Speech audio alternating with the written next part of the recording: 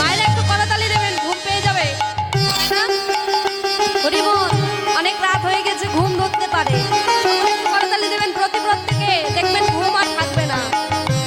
এইদিকে সুরধনী গঙ্গাকে দর্শন করে গৌর হরে আমার যমুনা বলে রাখছে, যমুনা বলে রাখছেন আর বলছেন, ও যমুনা, তুমি যদি সেই যমুনা হবে তাহলে তোমার সঙ্গে আর যারা ছিল তারা কোথায়? কোথা চারু চন্দ্রাবলী,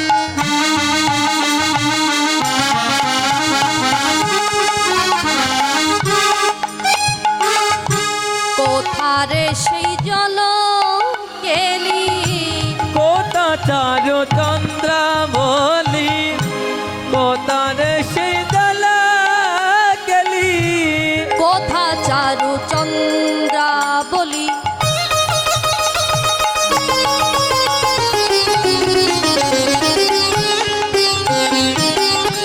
কোথারে সেই জল কেলি, কোথা চারু চন্দ্রাবলী, কোথারে তোর জল কেলি, যেথায় রাজ বিহারী বংশীধারী, রাজ বিহারী বংশীধারী, যেথায় রাজ বিহারী বংশীধারী, কোথায় রাজ বিহারী বংশীধারী, ও তার বামে নিয়ে রায় কিশোরী, তুমি কি গো সেই যমুনা প্রবাহিনী উদান জল রে যমুনা, ও যমুনা, তুমি কি গো সেই যমুনা প্রবাহিনী, ও যমুনা, তুমি যদি সেই যমুনা হবে তাহলে তোমার সঙ্গে আর যারা ছিল তারা কোথায়? চন্দ্রাবলী তারা কোথায়? বাবা সেই পূর্বের ভাবে বিভাবিত হয়ে গেছে। সুরধনী গঙ্গাকে দর্শন করে ডেকে বলছে যমুনা। বল, সুরধনী গঙ্গাকে দর্শন করে ডেকে ডেকে বলছে যমুনা। সেইভাবে বিভাবিত হয়েছে, বিভাবিত হয়ে যমুনাকে, সুরধনী গঙ্গাকে ডেকে বলছে, ও যমুনা, তোমার সঙ্গে আর যারা ছিল তারা কোথায়? কিন্তু আমি যেখানে রাসলীলা করেছিলাম বৃন্দাবনে, সেখানে তো যমুনা ছিল, ফুলের বন ছিল, গোপীগণ ছিল, যমুনা পেলাম, কিন্তু আমার ফুলবন কোথায়? আমার সেই নিকুঞ্জ বন কোথায়? মহাপ্রভু আমার কি করলেন, একটু দূরে অর্থাৎ সুরধনী গঙ্গার কাছে গিয়ে দেখতে পেলেন সুরধনী গঙ্গার কোলে থোকায় থোকায় ফুল ফুটে রয়েছে।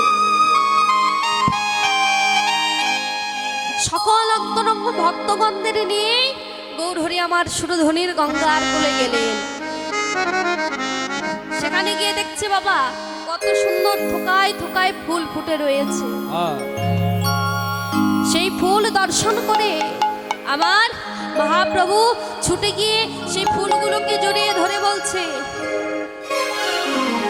ফুলবন দেখি বৃন্দা বনের সমান মানি গো, কিবা ফুল বন দেখি বৃন্দাবনের সমান মান গো, ফুলবন দেখি বৃন্দা বনের সমান মানি গো, কিবা ফুল বন দেখি বৃন্দা,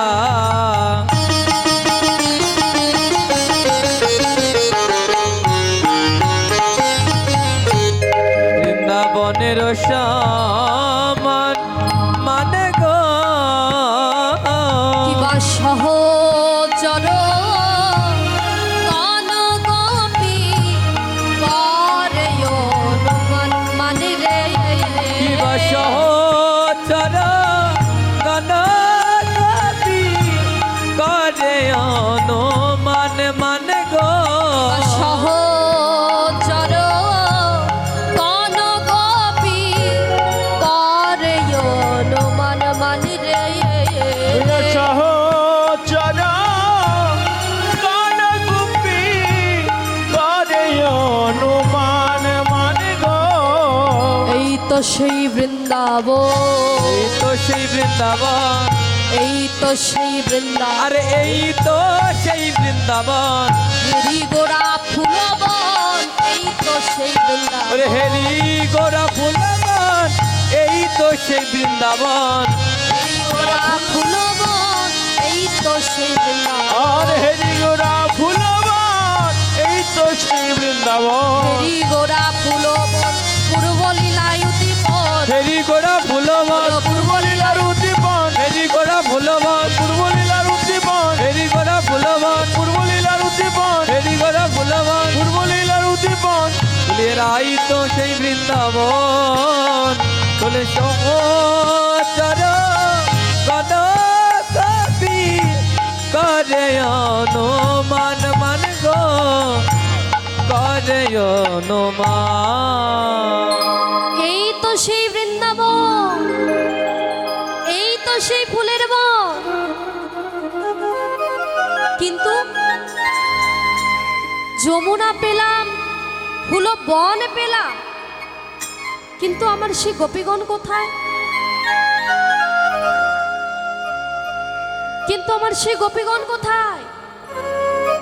আহ, বৃন্দাবনের কি অপরূপ শোভা মা! বৃন্দাবনের কি অপূর্ব শোভা! এদিকে সেই রূপ দর্শন করে পদের এক পাশে বৈষ্ণব কবি আমার ডেকে বলছে, এই দিকে পদকর্তা দাঁড়িয়ে বলছেন, মহাপ্রভুর সঙ্গে যারা পুরুষ রূপে এসেছেন তাদের নয়ন পানে চেয়ে দেখো, চেয়ে দেখো, তাদের নয়ন পানে নয়ন দিলে দেখিতে পাবে, দেখিতে পাবে এরাই তো সেই ব্রজের গোপী। ব্রজের গোপী, কেন জানো বৃন্দাবনে গোপী যারা, তাদের মনে সর্বদাই আক্ষেপ ছিল, বাঞ্ছা ছিল, বাঞ্ছা ছিল। আমরা যদি পুরুষ হতাম তাহলে কৃষ্ণের সঙ্গে কষ্ট মাঝে খেলা করিতে পারতাম, খেলে খেলতে পারতাম,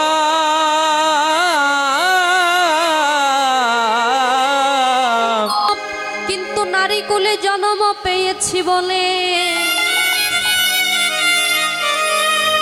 আমরা তো কৃষ্ণ বলে কৃষ্ণ সেবাই লাগিতে পারি না। পারি না। তাই তারা গোবিন্দের চরণে আক্ষেপ করে বলছেন, প্রভু গো,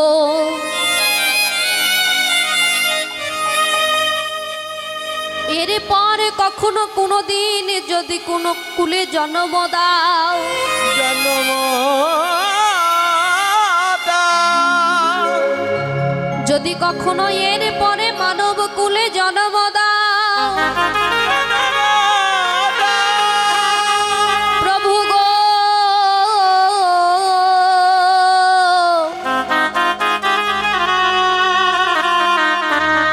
তোমার চরণে আমাদের এই নিবেদন, সেদিন আমাদের পুরুষ কুলে জন্ম দিও, সেদিন আমরা পুরুষ রূপে জন্ম পেয়ে আমরা তোমার সঙ্গে গোষ্ঠ খেলা খেলিতে পারব, গোষ্ঠ খেলা খেলিতে পারব,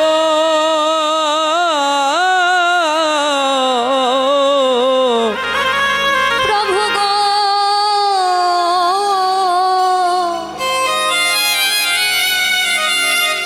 শুধু তাই নয়, তখন আমরা আমরা যখন তখন তোমার সেবায় লাগিতে পারবো। পুরুষ রূপে জন্ম পেয়ে আমরা কি করব জানো?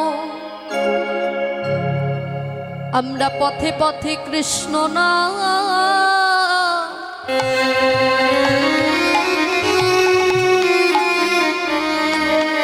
বলে কেঁদে